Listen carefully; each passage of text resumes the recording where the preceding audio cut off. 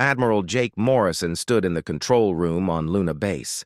The room was huge and filled with screens that showed space around Earth. Red dots moved across the main screen like drops of blood. Each dot was an enemy ship. There were thousands of them. "Sir, we count 47,000 enemy ships coming our way," said Lieutenant Sam Torres. He sat at a desk covered with buttons and screens. His voice was calm, but his hands shook a little. "Our ships that they can see number only 8,000. Morrison did not move.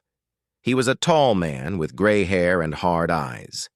He had fought in 3 wars before this one. Around him, other officers worked at their stations.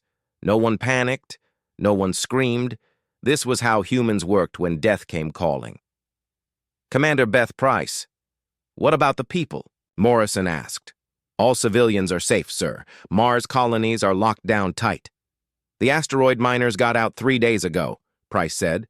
She was a short woman with red hair. She had helped plan the evacuation of 12 million people in just 2 weeks. Far away in space, the enemy fleet moved closer to Earth. Their ships were beautiful and terrible. They gleamed like metal jewels in the darkness. Energy shields made them glow with blue light. These were the ships of the Zephyrian Empire. On the biggest ship, Commander Veltar looked at his own screens. He had 4 arms and skin like purple leather. His yellow eyes showed no mercy. He had destroyed 12 worlds before this one. Earth would be number 13. "This is the species that killed our scouts?" he asked his helper. 8,000 weak ships against our great fleet?" The helper was smaller than Veltar. He had 6 eyes, and they all looked worried. "Sir, the humans have weapons that hurt our ships. Maybe we should be more careful." Veltar made a sound like breaking glass. It was how his people laughed. "Careful? No species has ever beaten the Empire? These humans will die like all the others." But Veltar did not know what humans could really do. He did not know about the hidden ships. He did not know about the traps. Most of all, he did not know that humans were the one species that got more dangerous when you made them angry. Back on Luna Base, Morrison walked to another screen. This one showed Earth hanging in space like a blue and white ball. Cities twinkled on the dark side. 3 billion people lived down there. They trusted their fleet to keep them safe. "Captain Kane, are you ready?" Morrison spoke into a microphone. "Ready, sir." The voice came from Captain Lisa Kane. She was on the UES Defender, the lead ship of Earth's fleet. Kane was young for a captain, but she had never lost a battle. "My crew knows what to do." Kane stood on her ship's bridge. Around her, 30 men and women worked at their jobs. The bridge was not beautiful like alien ships. Everything was gray metal and simple controls. Humans built things to work, not to look pretty.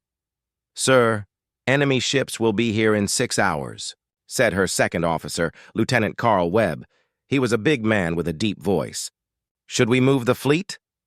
"No," Kane said. "We stay right where we are. Let them come to us." The human fleet waited in space between Earth and Mars. The ships looked small next to the Zephyrian fleet. Human ships were dark and blocky. They did not glow with pretty lights. But inside each ship, deadly weapons waited. On Earth, people watched the news. They saw the enemy fleet coming. They saw their own small fleet waiting to fight. Some people prayed, some people cried, but most people just waited.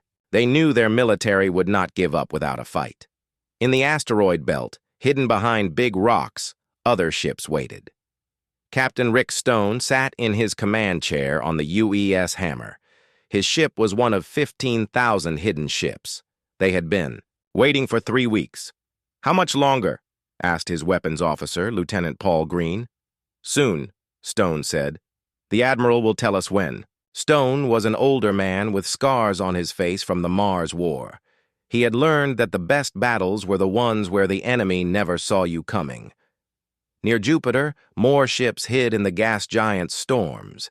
Captain Amy Davis commanded 20,000 ships there. Her fleet was the biggest hidden group.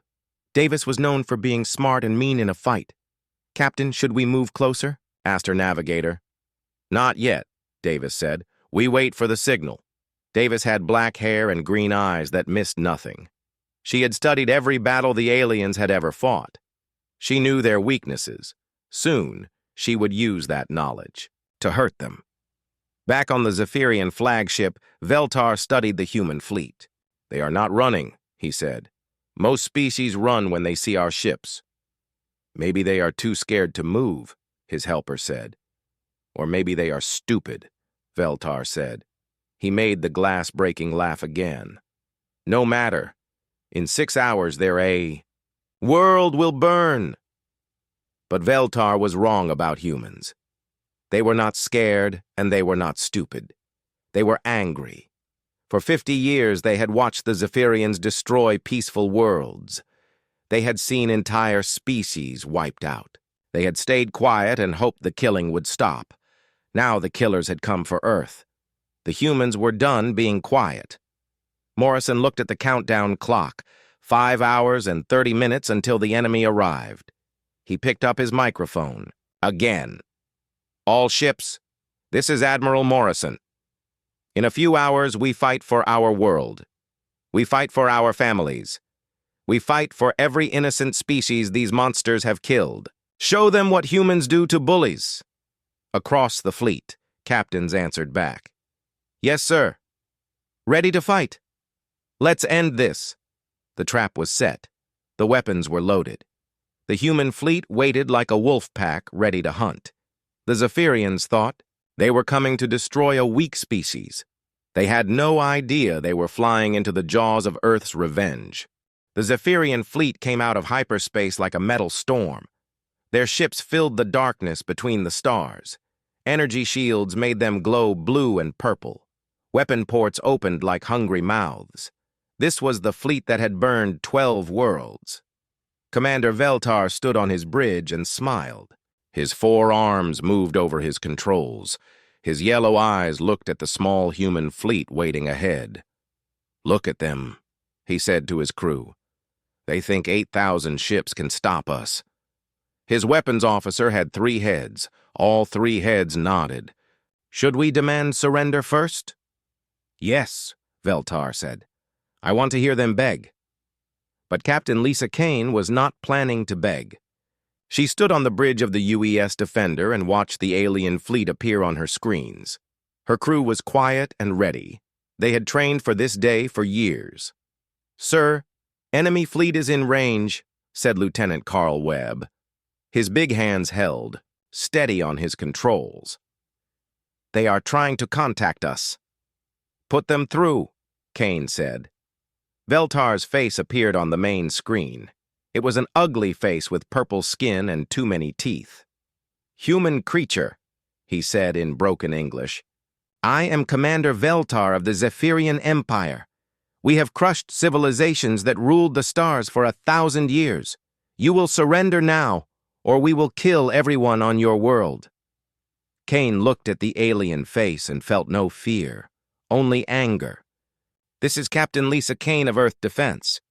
You have entered our space without permission. Turn around and leave. This is your only warning." Veltar made his glass-breaking laugh. "Warning? You dare threaten the Empire? We have plasma cannons that can melt cities. We have shields that can stop any weapon. What do you have, little human?" "We have something you don't," Kane said. Her voice was cold as space. "We have a really bad temper when bullies come to our house." The alien commander's laugh stopped. "Foolish creature. Prepare to die." The first enemy ships opened fire. Plasma bolts shot through space like green lightning. Each bolt carried enough energy to destroy a city block. They hit the human ships dead on. Veltar expected to see the human fleet turn to ash. Instead, something impossible happened. The human ships kept flying. Their shields had absorbed the plasma and turned it into harmless light. "What?" Veltar said. "How are they still alive?" Captain Kane smiled. It was not a nice smile. "Your turn," she said to her weapons officer. The UES Defender fired back. But it did not use plasma or energy beams.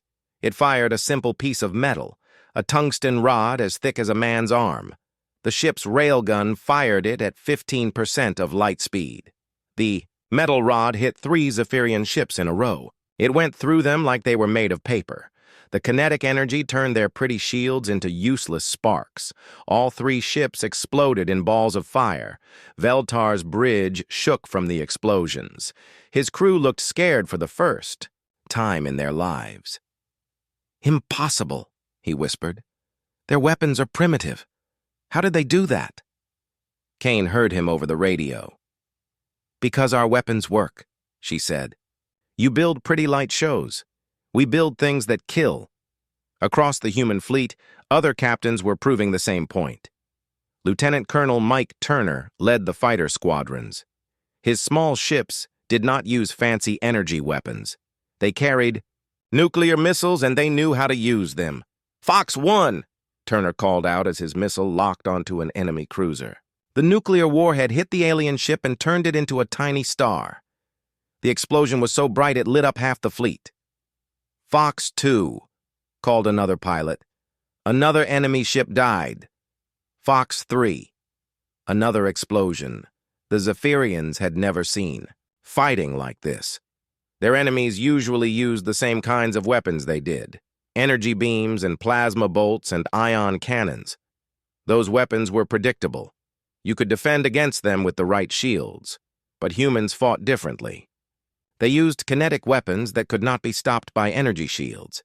They used nuclear explosives that could crack open any hull. They used railguns that fired simple metal at speeds that turned physics into a weapon. Lieutenant Commander Bob Hayes commanded a heavy cruiser called the UES Vengeance. His ship was not beautiful like alien vessels. It was a gray block of metal, covered in weapon ports. When Hayes opened fire, 6 railguns spoke at once. 6 tungsten rods shot across space. They hit a Zephyrian battleship that was 3 times bigger than Hayes' ship. The rods punched through the alien vessel from nose to tail. The battleship broke apart like a toy. "Target destroyed," Hayes reported. His voice was as calm as if he was ordering coffee. The Zephyrian fleet began to spread out. They were trying to avoid the human weapons. But Captain Kane had expected this. She spoke into her radio. "All ships, pattern Delta. Show them what humans do when we get serious." The human fleet changed formation. Instead of a simple line, they formed a sphere around the alien ships. Now the Zephyrians could not run without flying through human weapons. Commander Veltar watched his fleet take more hits. 10 ships, 20 ships, 50 ships, each one destroyed by weapons that should not have worked so well. "How are they doing this?" he asked his science officer. The science officer was shaking. His 6 arms moved over his controls like spider legs. "Sir, their weapons are based on simple physics. Mass times velocity equals destruction. They are not trying to be clever. They are just trying to kill us." "And it's working," Veltar said. He was starting to understand that he had made a terrible mistake. Captain Kane watched more enemy ships die. Her crew worked with deadly efficiency. The weapons officer called out targets. The gunners destroyed them. The shields held against. "Return fire." "Sir, enemy fleet is trying to retreat," reported Webb. "Let them try," Kane said. "But they're not getting away clean." Human ships were faster than they looked. The aliens had built their vessels for intimidation and comfort.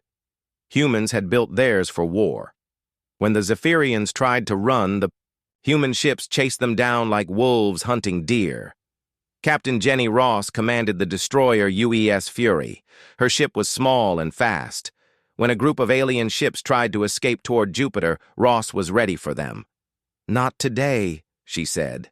Her ship's missiles caught the fleeing aliens and turned them into scrap metal. The battle had been going for only 30 minutes, but already the Zephyrians had lost 300 ships. Their perfect formation was broken. Their confidence was shattered. For the first time in their history, they were losing a battle. Veltar tried to contact his home fleet. "This is Commander Veltar. The humans are stronger than expected. Request immediate reinforcements." But before he could finish his message, something happened that made his blood freeze. His sensors picked up new signals. Lots of new signals. "Sir, his tactical officer said in a scared voice. More human ships are appearing. Thousands of them. Veltar looked at his screens and felt fear for the first time in his life. The human fleet was not 8,000 ships. It was much, much bigger. And they had been hiding, waiting for the perfect moment to spring their trap. The real battle was about to begin. Admiral Morrison watched the first part of the battle from Luna Base. His gray eyes never left the main screen. Red dots disappeared one by one as human weapons found their targets. But this was just the beginning. Phase 1 complete, Morrison said into his microphone. Commander Stone, you are clear for Phase 2. Behind Jupiter, where the gas giants' massive storms had hidden them from enemy sensors, Captain Rick Stone's fleet came alive. 15,000 ships that had been dark and silent suddenly lit up their engines. All ships, this is Stone, the captain said over his fleet radio. Time to show these aliens what a real fleet looks like. Follow me in. Stone's ship, the UES Hammer, led the charge out from behind Jupiter. The big planet had hidden them perfectly. The Zephyrians had never even known they were there. On the alien flagship, Commander Veltar's 4 arms shook as new contacts appeared on his screens. Where did they come from? He screamed at his tactical officer. The tactical officer's 3. Heads were all sweating. Sir, they were hiding behind the gas giant. Our sensors could not see through the electromagnetic storms. 15,000 ships. Veltar could not believe it. How did they hide 15,000 ships? But that was not the worst surprise. From the asteroid belt, Captain Amy Davis brought her own fleet into the open. 20,000 ships had been hiding among the rocks like metal sharks. Now they came hunting. Amy here, Davis said over the command channel. Sorry, we're late to the party. Traffic was murder. Captain Stone laughed. Better late than never. Let's pincer these bastards.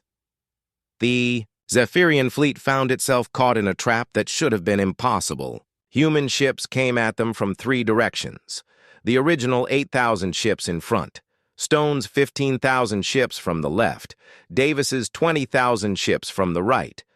Veltar realized he had flown his entire fleet into a carefully planned ambush. This is impossible, he said. No species can coordinate an attack across such distances. But humans had been practicing this kind of coordination for centuries. During World War II, they had landed armies on beaches while coordinating with ships and planes. During the Mars colonization, they had moved millions of people across space with perfect timing. Most alien species fought as individuals. Each ship for itself. Humans fought as a pack. Every ship knew its job. Every captain trusted the plan. Captain. Stone's tactical officer was Lieutenant Paul Green. He was a young man with sharp eyes and steady hands. Sir, aliens are trying to form a defensive sphere. Let them, Stone said. Amy, you seeing this? Captain Davis was watching the same thing on her screens. Copy, Rick. They're bunching up like scared sheep. Perfect target. The Zephyrians were making a classic mistake. In their panic, they were clustering their ships together for mutual protection. It was exactly what the humans wanted them to do. Admiral Morrison's voice came over all human radios. All ships, execute Pattern Omega. Show them why you never corner a human. Pattern Omega was something the human fleet had practiced for years. It was designed for one purpose: total destruction of an enemy force. No prisoners, no survivors. Complete elimination of the threat. Captain Stone's heavy cruisers moved into attack position. All ships, target their command vessels. We cut off the head and the body dies. The human ships opened fire with everything they had: railguns, shot, tungsten rods at incredible speeds. Missile tubes launched nuclear-tipped warheads. Plasma cannons added their own deadly light to the mix. The Zephyrian defensive sphere began to collapse under the assault. Their ships had been built to intimidate weaker species. They had never faced weapons designed by a species that had spent its entire history finding new ways to kill things. Captain Davis commanded her ships with cold precision. Focus fire on their flanks. Don't let any of them escape toward open space. Her weapons officer was Lieutenant Tom Brown. He had lost his brother in the Zephyrian attack on the mining station at Ceres. With pleasure, Captain.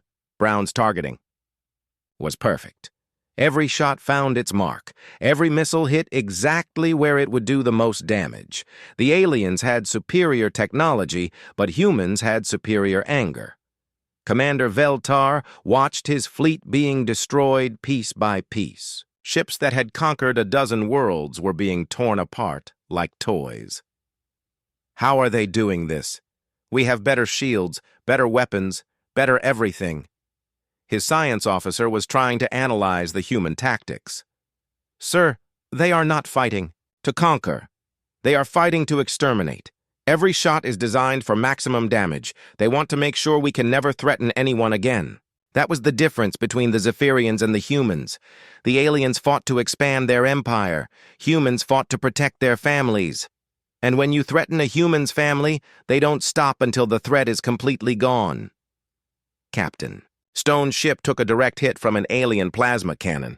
The blast tore a hole in his hull and killed 6 of his crew, but Stone did not retreat. Instead, he got angry. "Ram that ship," he ordered his pilot. "Sir?" the pilot asked. "You heard me? Ram the bastard."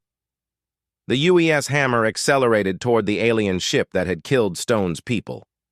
At the last second, Stone's crew fired every weapon they had. The combined kinetic impact and weapons fire turned the alien vessel into scattered atoms.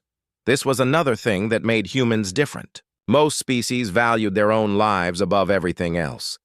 Humans were willing to die if it meant protecting others. They called it sacrifice. Other species called it insanity. But it worked. Across the battlefield, human captains made the same choice. If their ships were damaged beyond repair, they used them as weapons. The Zephyrians had never seen anything like it.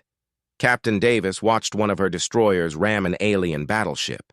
Both ships disappeared in a ball of fire. "Rest in peace, Captain Murphy," she said quietly. Then louder, "All ships, make their sacrifice count. Kill every last one of them." The human pincer movement was working perfectly. The alien fleet was trapped in a killing box with no way out. Every time they tried to break through the human lines, more ships died. Commander Veltar made a desperate decision. "All ships, emergency jump to hyperspace. We retreat now." But Captain Amy Davis had expected this. "Not so fast," she said. Her ships launched a special weapon that the aliens had never seen before. Hyperspace jammers. Simple devices that made it impossible for ships to enter hyperspace. The Zephyrians were trapped in normal space with nowhere to run. "Impossible," Veltar whispered. "How did they know we would try to retreat?" Admiral Morrison's voice answered him over the radio. "Because we've been watching you for 50 years. We know exactly how you fight. We know exactly how you think. And we know exactly how to kill you." The trap was complete. The Zephyrian fleet was surrounded, outnumbered, and outgunned. They had come to destroy Earth, and instead they had flown into their own destruction. But the humans were not done yet. They wanted to send a message to every alien species in the galaxy, a message that would be remembered for 1,000 years. Admiral Morrison looked at the tactical display and made a decision that would change the galaxy forever. The Zephyrian fleet was trapped and helpless. A normal species would demand surrender. Humans were not normal. "All ships. This is Admiral Morrison," he said into his microphone. His voice was calm but deadly. "Execute Order 7. Across the human fleet, weapon systems that had been waiting in standby mode came online. These were not regular weapons. These were the tools that humanity had built for one purpose: making sure that dangerous enemies could never hurt anyone ever again. Captain Ben Clark commanded the heavy assault squadron. His ships were ugly blocks of metal covered in weapon ports. They had been designed by engineers who cared about only one thing: killing power. "Target the alien command ships," Clark ordered his gunners. I want their leaders to die first." Clark's ship, the UES destroyer, opened fire with weapons that made the earlier battle look like a warm-up. Antimatter warheads turned alien dreadnoughts into expanding clouds of plasma. Relativistic kill vehicles moving at half the speed of light punched through entire formations of ships. Commander Veltar watched his flagship's screens as his fleet died around him. "This is impossible," he said. "No species has weapons like this." His science officer's 6 arms were shaking. "Sir, they have been preparing for this war for decades. Every weapon is designed to kill us specifically." That was the truth. For 50 years, humanity had studied every Zephyrian battle. They had analyzed every alien ship design. They had learned every weakness. And then they had built weapons to exploit those weaknesses. Captain Kate Wells commanded the close assault fighters. Her squadron was made up of small, fast ships that could get in close to the enemy. Wells was a thin woman with hard eyes and steady hands. "Alpha Squadron, target their shield generators," she ordered. "Beta Squadron, go for their engines. Charlie, Squadron, you're with me. We're taking out their command center." Wells' fighter was damaged and leaking air. Her left engine was dead and her weapons were almost empty. A normal pilot would retreat to safety. Wells was not normal. "Ramming speed," she told her co-pilot. The co-pilot was Lieutenant Dan Cox. He was young and scared, but he trusted his captain. "Yes, ma'am. Ramming speed." Wells's fighter accelerated toward a Zephyrian command ship. The alien vessel was 10 times bigger than her fighter. Its armor was 3 feet thick. Its shields could stop plasma cannons, but it could not stop a human fighter moving at 8,000 miles per hour. Wells's ship hit the alien vessel right at its command center. The kinetic energy was like a small nuclear bomb. The command ship broke in half and spun away into space, leaking atmosphere and bodies. Wells and Cox died instantly. But their sacrifice destroyed the nerve center of an entire alien battle group. Without coordination, the alien ships became easy targets for other human vessels. This was humanity's most dangerous trait. They were willing to die to protect others. Most alien species fought for conquest or glory. Humans fought for love, and love made them capable of terrible things. Captain Amy Davis watched Wells's ship die and felt cold anger fill her heart.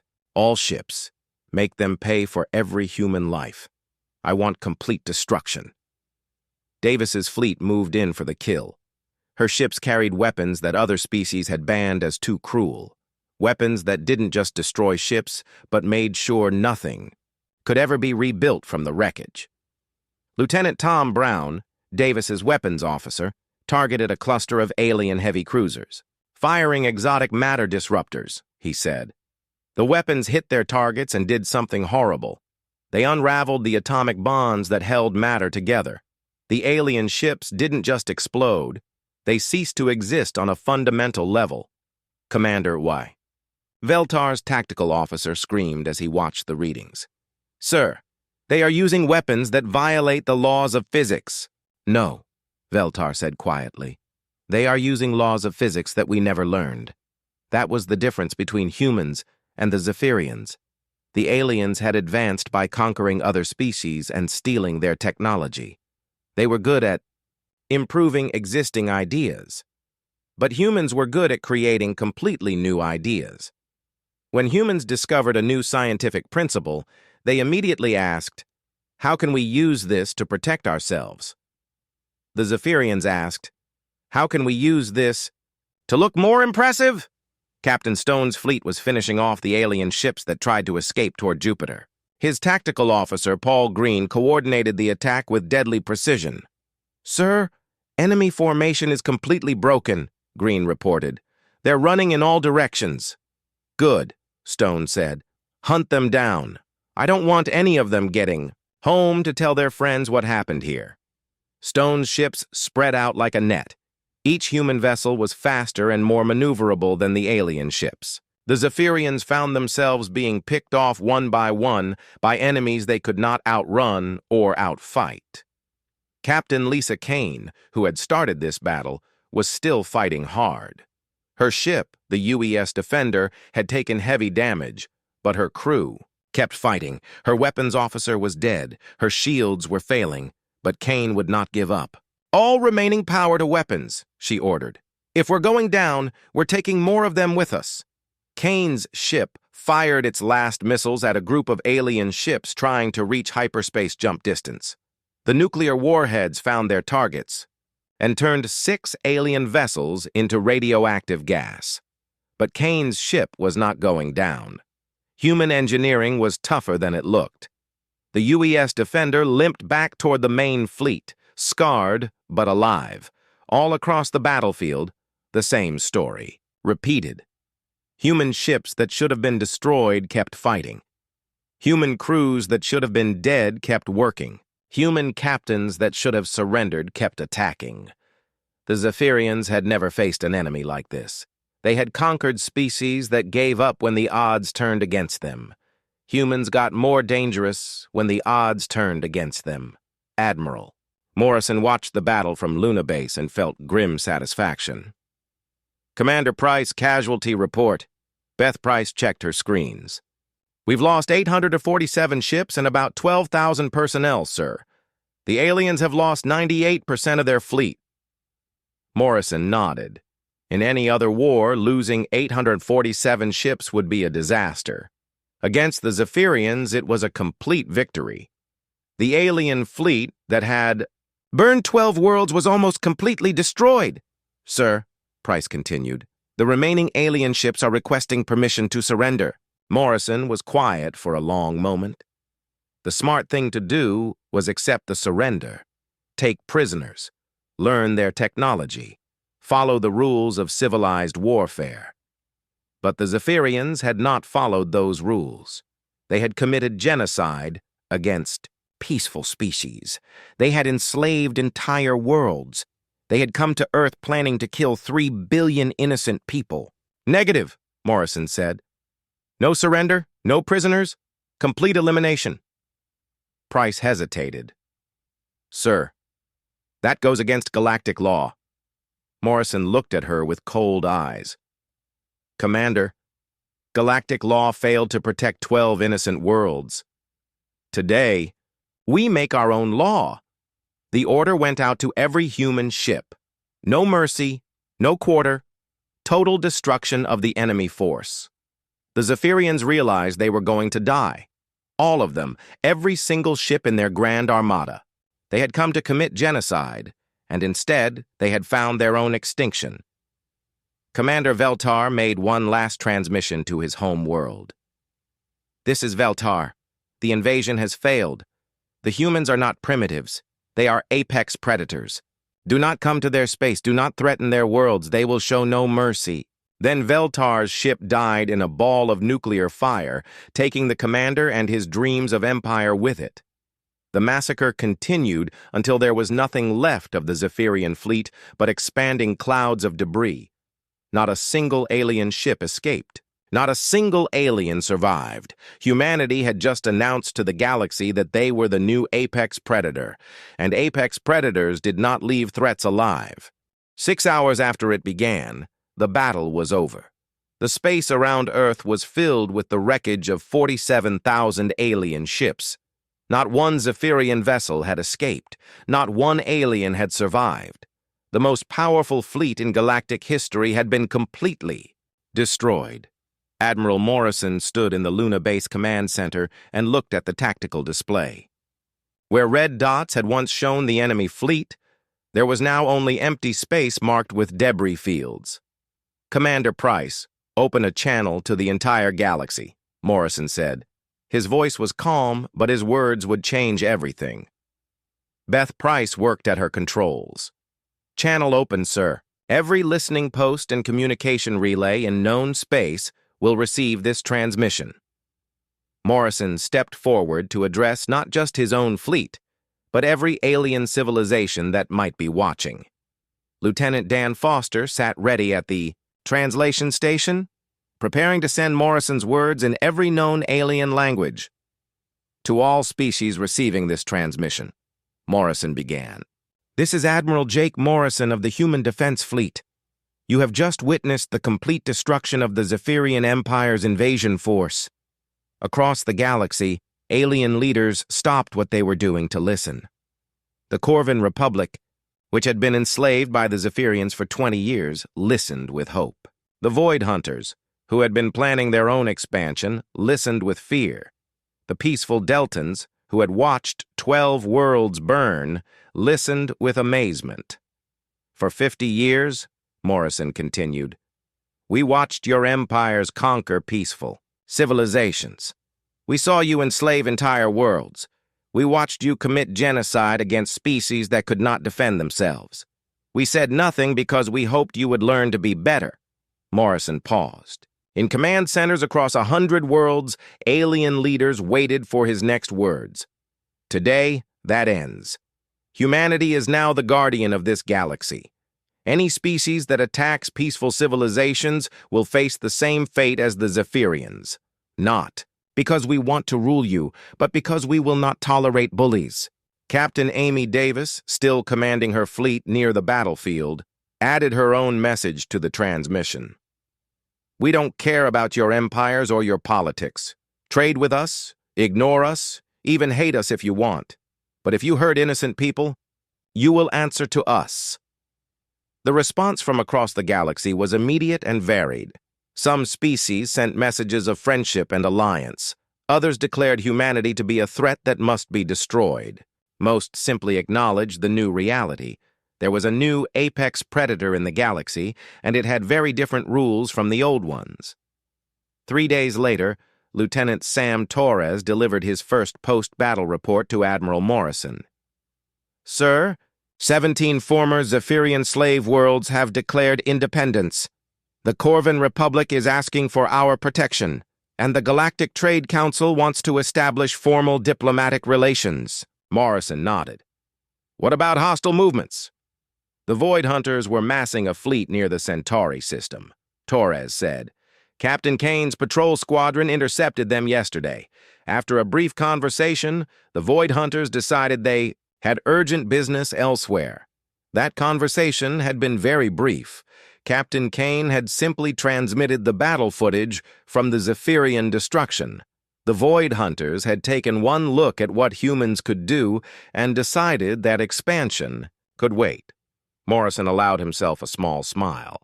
Message received then. Yes, sir, Torres said. It seems the galaxy is learning that we keep our promises. 1 week after the battle, Commander Sue Blake was overseeing the deployment of human patrol fleets throughout local space. Blake was a tall woman with graying hair and sharp eyes. She had been planning this moment for years. Captain Murphy, take your squadron to the Vega system, Blake ordered. The locals are reporting pirate raids.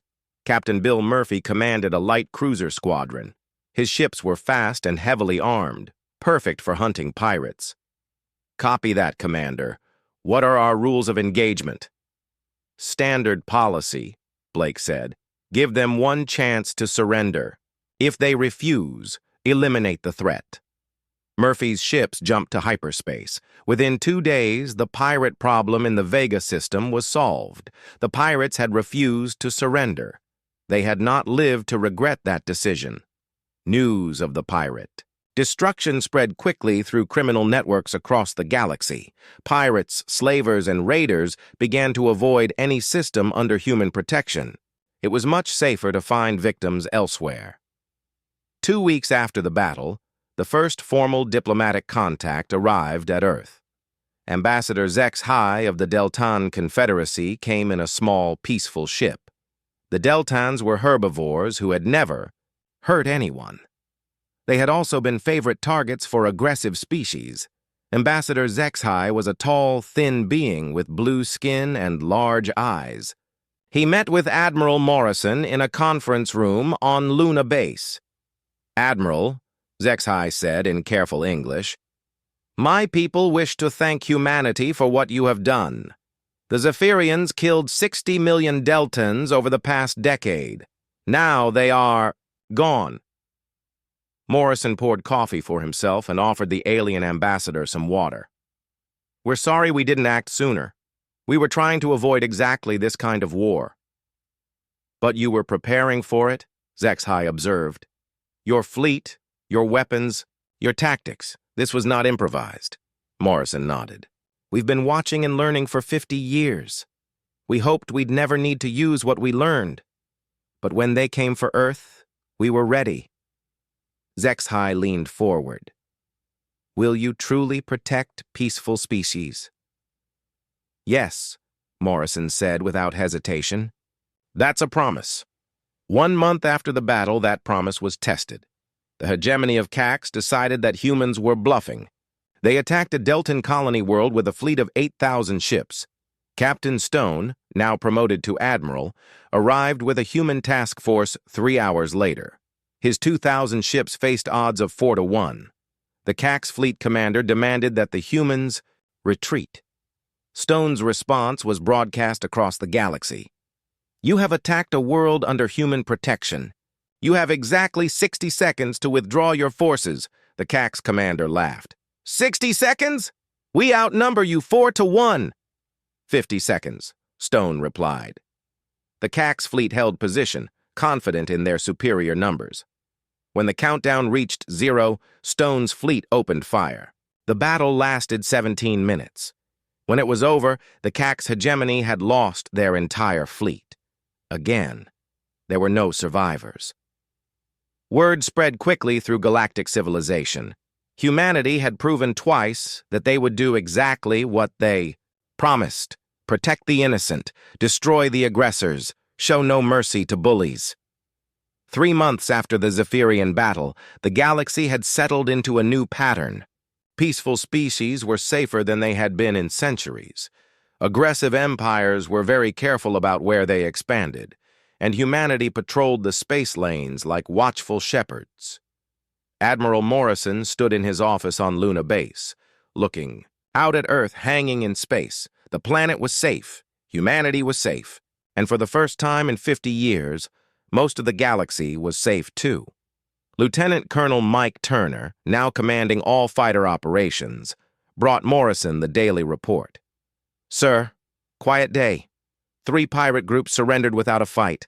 When our patrol showed up, the Vorthan Empire is requesting permission to cross our space on a trade mission, and the Deltan Confederacy wants to name their new colony world Morrison in your honor. Morrison shook his head.